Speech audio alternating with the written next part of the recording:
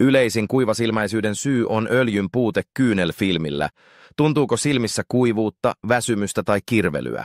Näin hoidat kuivasilmäisyyttä helposti kotona asiantuntijan ohjeilla. Lämpömaskin käyttö. Lämpömaskin tarkoituksena on avata silmäluomien tukkeutuneet rasvarauhaset.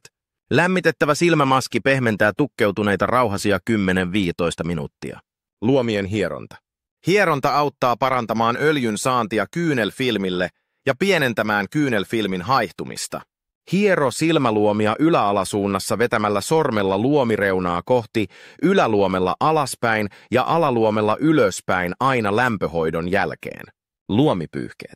Puhdista silmäluomet erityisesti suunnitelluilla luomipyyhkeillä.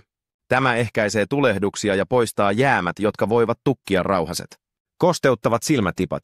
Viimeistele hoito kosteuttavilla, säilöntäaineettomilla silmätipoilla. Ne suojaavat silmän pintaa ja palauttavat luonnollisen kosteustasapainon.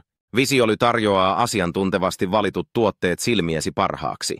Nähdäksesi selkeämmin ja voidaksesi paremmin. Visually.com